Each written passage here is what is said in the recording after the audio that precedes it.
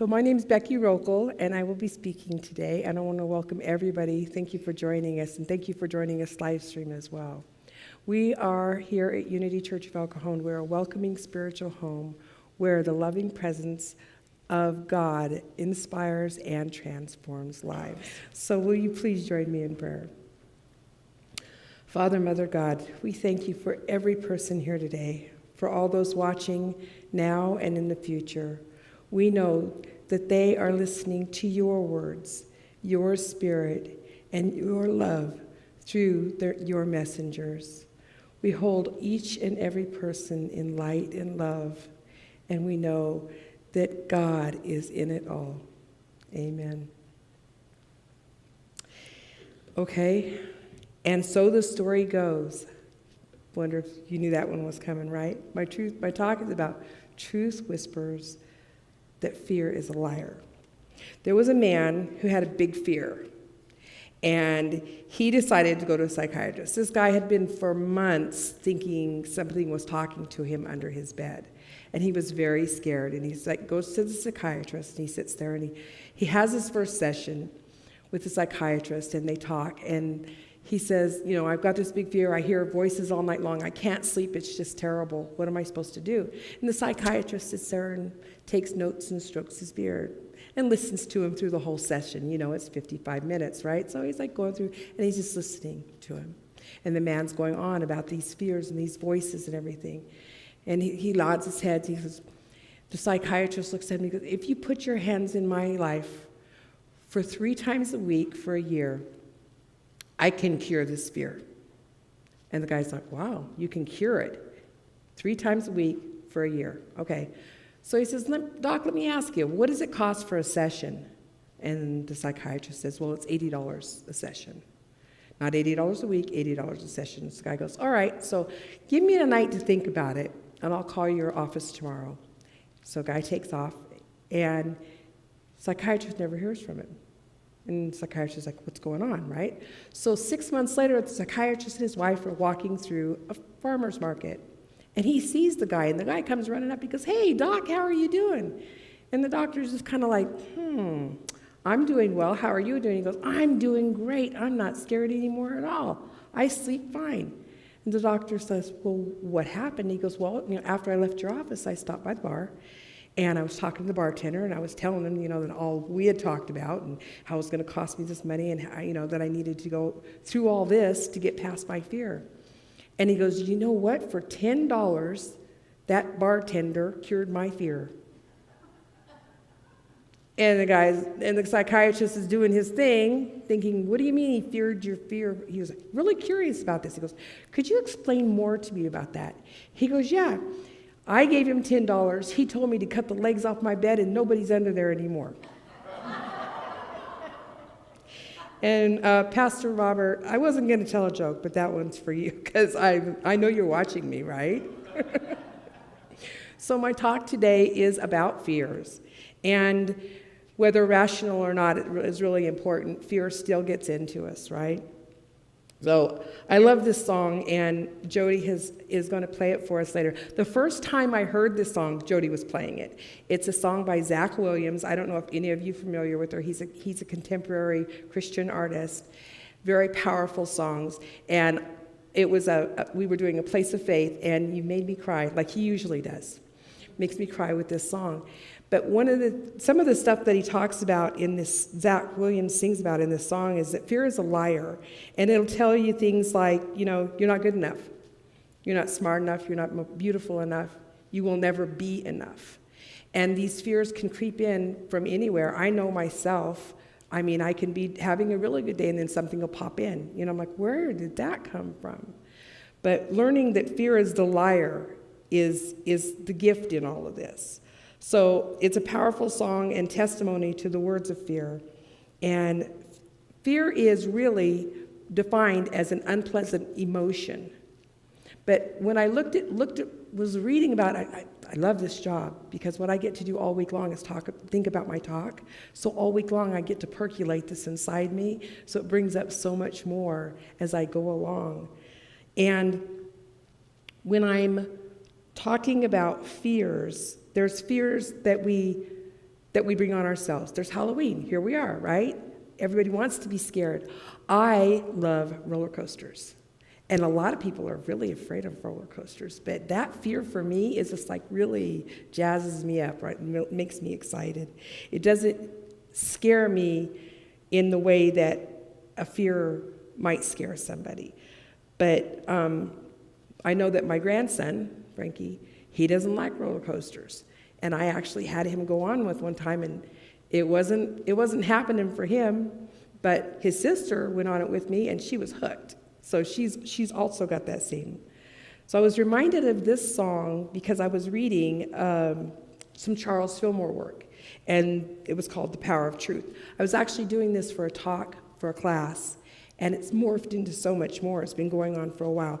But one of the things that Fillmore reminds us is that in many cases, undoubtedly, of so-called death are simply a result of effects of fear.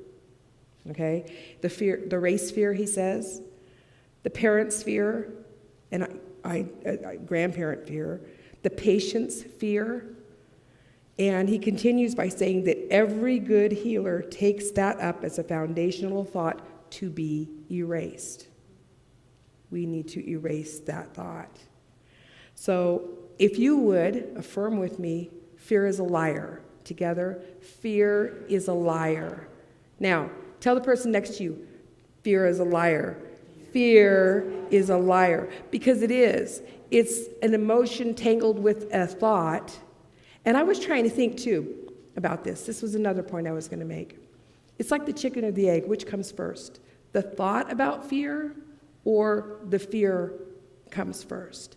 And I think for me, it's really hard to pull them apart and separate them, because it's almost like they're magically caught together somehow. So when I looked up the opposite of fear, as I was told growing up, the opposite of fear was faith. And if I had big enough faith, if I believed in God and God believed in me, I wouldn't be afraid. And I was always in fear as a child, always. So I always felt ashamed that I didn't have enough faith. And that was scary, because none of the adults around me were unity people telling me that wasn't true. You know what I mean? Nobody was around me saying, hey, don't be afraid. I was given plenty of reasons to be afraid as a child. So I was in fear, and I kept doubting myself and being ashamed of myself, because I thought, and even I was told, you don't believe in God because you are still in your fear. So it took me a long time in my life to get to a point, well, actually, it took me till I got into recovery before I realized that the two weren't actually connected. Because the opposite of fear is not faith for me. The opposite of fear is love. And it's confidence, and it's trust, and it's calmness. It's knowing that the fear will pass, and it's just something that got started, and I can get through it. So I was actually found an article online from the Smithsonian Magazine from October of 2017, and they say fear is a natural, powerful, and primitive emotion. It's primitive. So it's part of our brain that we don't really even have a lot of control over, because it's instinctual. So fear alerts us to the presence of danger, the threat of harm, or whenever danger is psychological or physical. And fear may be as old as the earth itself, that article said. Fear may be as simple as a cringe of the antenna if you touch a snail, or as big as anxiety. And I know I have family members that have really big anxiety, and their fears run amok with that.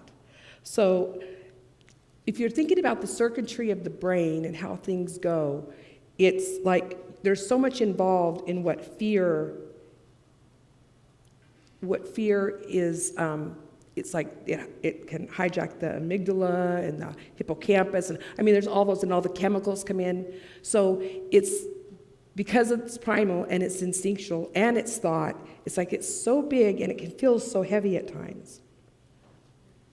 So When our thinking brain gives us feedback to our emotional brain and we perceive ourselves as being safe, like for Halloween, we can actually reevaluate what's going on and we don't get scared. We can be scared by the moment, like we're going through a haunted house, oh no, that's scary, and be startled by it. But it's not, we don't keep the fear alive in it. So in contrast, if you're walking down a dark alley and someone's running at you and you're by yourself, that's a fearful thing. That's an instinctual, that we don't reevaluate that. We know that there is a fear and a danger and we take off running. Or in some cases, fight or flight, some of us freeze, right? That's the whole deer in the headlight look. Some people freeze in their fear. So because there's a lot of stuff going on and we know that it's primal, our instinct is to quickly respond.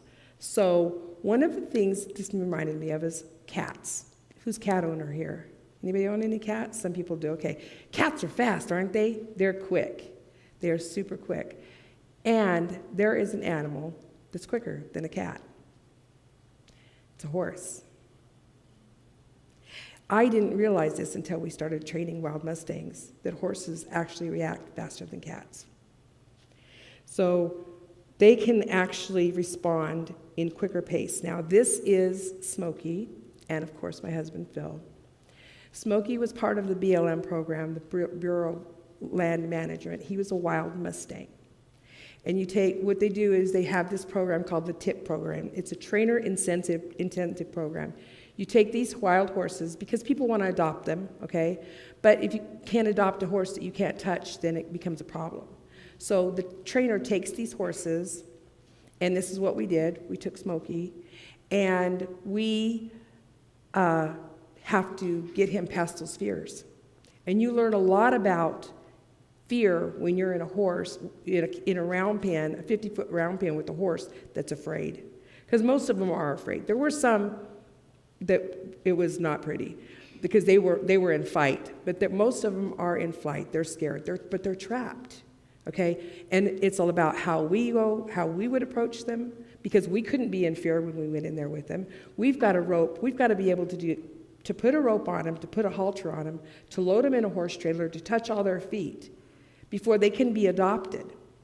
So we would take these horses in, like I said, and do all these things for them and try to get them gentled enough past those fears, those primal fears, that people were not going to hurt them, that whoever adopted them was actually going to want to be a part of their life, instead of like they had to gather them, they used helicopters and ATVs. I mean, they had to be scared to death when they were rolled in there. I don't even know how many, I didn't even look up the statistics of how many of these horses are currently being captive in waiting pens, waiting for people to adopt them. But people don't want to adopt a 1,000-pound animal that they couldn't do anything with, right? So what are they feeling? They're probably super overwhelmed, like we are, They're scared of what's going to happen to them. They're scared because of what has already happened to them. And they, I don't know, do horses imagine what might be going to happen? We've got this rope, we're tapping it, we're walking around after them, we're trying to get them to move, trying to get them to respond to us, just to get them to trust us, let them know that the ropes and everything that we throw at them, even saddles, is not going to hurt them, because that's how far we went with them.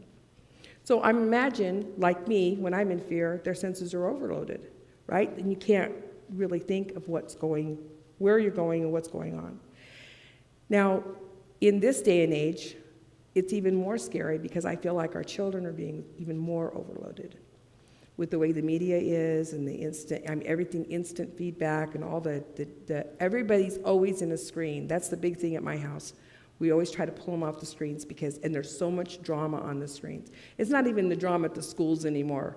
It's actually the drama that you see on the screens. It's all these things they're doing things that are unbelievable. So nonstop music, nonstop, video channels going on, the electronic devices. What could they feel? Like me, they could get chest pains. Their heart rate would go up. Their stress level would go up. Their shortness of breath, sweating. Some of the horses sweat really bad when you're working with them. They really do. This is another one. This is Sophia. And they tremble.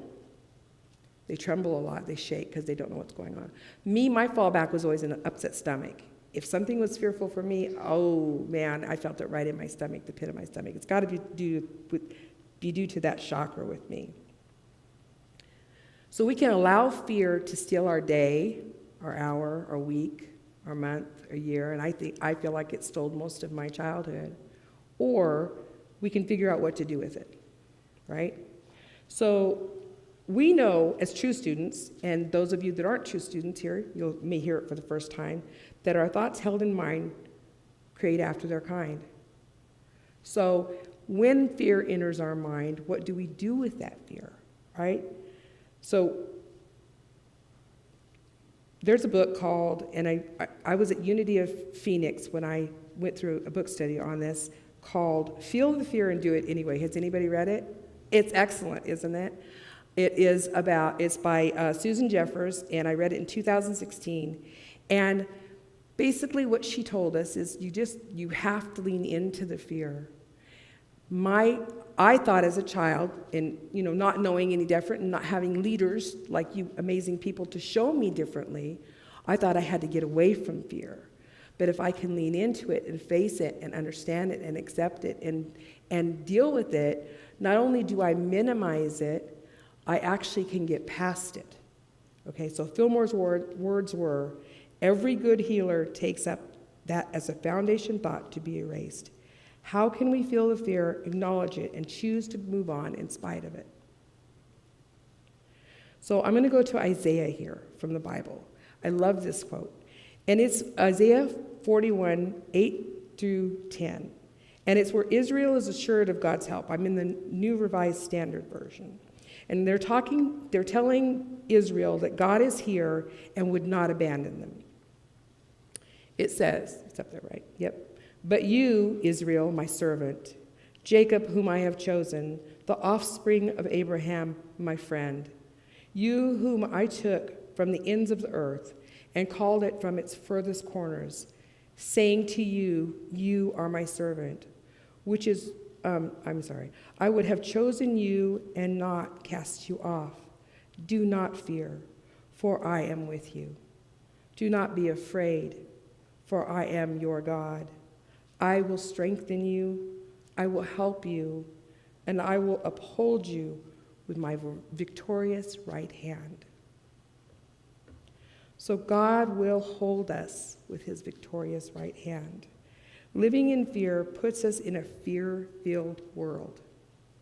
So as a true student, we know, like I said, the thoughts held in mind can produce after their kind. That's the law of mind action. And how do we overcome them? We have choices, right? Some of the acronyms I found were really fun. Some of them were forget everything and run. I like that one. That was definitely. But face it, explore it, accept it, and rise above it. Came across as my favorite. So if we face everything, we can rise above it. So if you could affirm with me, I choose to face everything and rise. I choose to face everything and rise. The rising is how we move from reacting, the instinct, to interacting with our fears, to having it be a part of who we are and moving past it. At least once a week at home, I catch myself saying, practice, practice, practice. This is how we do it. Because having a house full of kids, everybody's like, I don't know how to do this, or I don't know how to do that. And I'm like, well, you didn't know how to walk either, but you're walking now. How do we get here? Every step towards Mount Olympus. Let's keep practicing. So we take steps in that direction, intentionally in that direction. When it comes up, we notice it. We become the observer. We become attached to the emotion behind it, which I am saying, I am living proof that it's not always easy to do. And I'm going to keep doing it. You know what I mean? Because it's so easy for someone to say, oh, yeah, well, I can get right over that. But, then they carry it around. And I'm not. I have a little bit of my story here. In my life, fear has taken a lot. And there was a point before I started at Unity, I feel like some emotion is coming up, and I just want you to be prepared. I'm not afraid of it. It's just close. So sometimes I get emotional. Before I started in uni and before I started in recovery, there was a point in my life where the fear of who I was scared me so bad I wasn't sure I was going to make it. I really wasn't. I wasn't sure if I wanted to. And had I let that overwhelm me, had I let that take my days, my weeks, my years, I wouldn't be here today. And I'm so grateful that I am. I am so grateful for all of the things that I have in my life and being able to face that and finding unity and finding recovery and finding people that loved me and people that were inspiring to me and people that know the truth, to find those and to recognize that I was worth it. Because what they say in that song that Jody's going to sing, I believed all those lies for a long time. And I'm so glad I don't anymore. I really am. So one of the things that it says in the lyrics is, let your fire fall and cast out all my fears. Let your fire fall. Your love is all I feel. Because love is the antidote to me. So Fillmore tells us that in his talk about fear not, that light that scatters all fearsome shadows is love. It's love. And that to me is the most powerful one. When someone knows that they're loved, and that was the missing ingredient for me, I'm sure, didn't know I was loved. Somehow God found me and told me that, and I'm grateful for it. But Fillmore says that, fear not, for God is thy shield. The Revealing Word says, fear is also cast out by perfect love. And the Metaphysical Bible Dictionary, I put the acronym, but love is an inner quality that sees good in everything and everybody. It insists that all is good. And I remind myself all the time, all is God. And half the time when I write it, it comes out as good. Because to me, they're very much interchangeable. They are God and good. And we, thank you, God, have the power of that truth. So I have this here as I wrap up. This is a poem. I went too far. From E.G. Taylor that says, fear not, God is thy shield, and he thy great reward. His might has won the field. Thy strength is in the Lord. Fear not, do not dismay. He evermore will be with thee to give his aid, and he will strengthen thee. Fear not, 'tis God's own voice that speaks to thee the word. Lift up your head, rejoice in Jesus Christ the Lord. So I have two more pieces for you. They're smoky. And I believe it's John Wayne that said, courage is not being scared to death, which is fear. Courage is being scared to death, but saddling up anyway.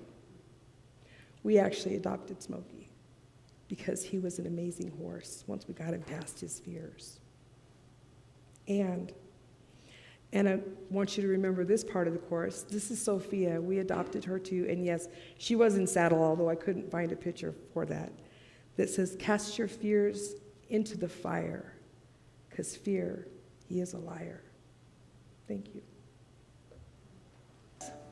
I invite you right now to settle in as we take this time to get grounded, to take a few breaths, and to be centered. If it's comfortable for you, you may close your eyes or find a focus point to concentrate on and become aware of the breath moving through your body. Bring it in, hold it close, and share it with the world.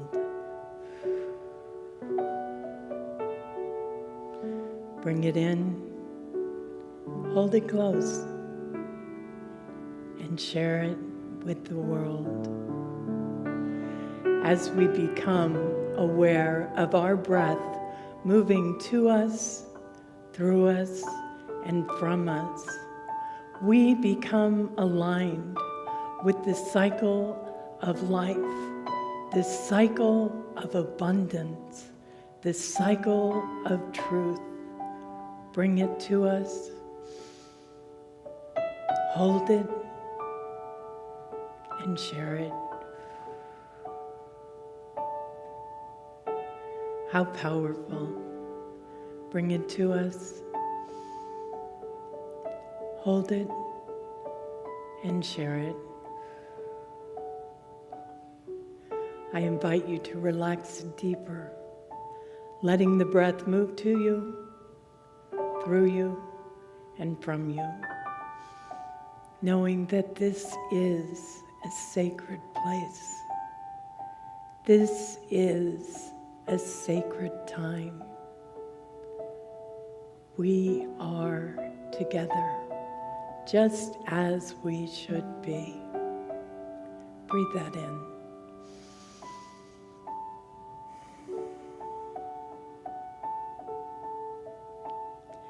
And as this truth moves to you and through you, I invite you to bring your attention back to the here and now, knowing that God is so good to you, through you, and from you in every moment.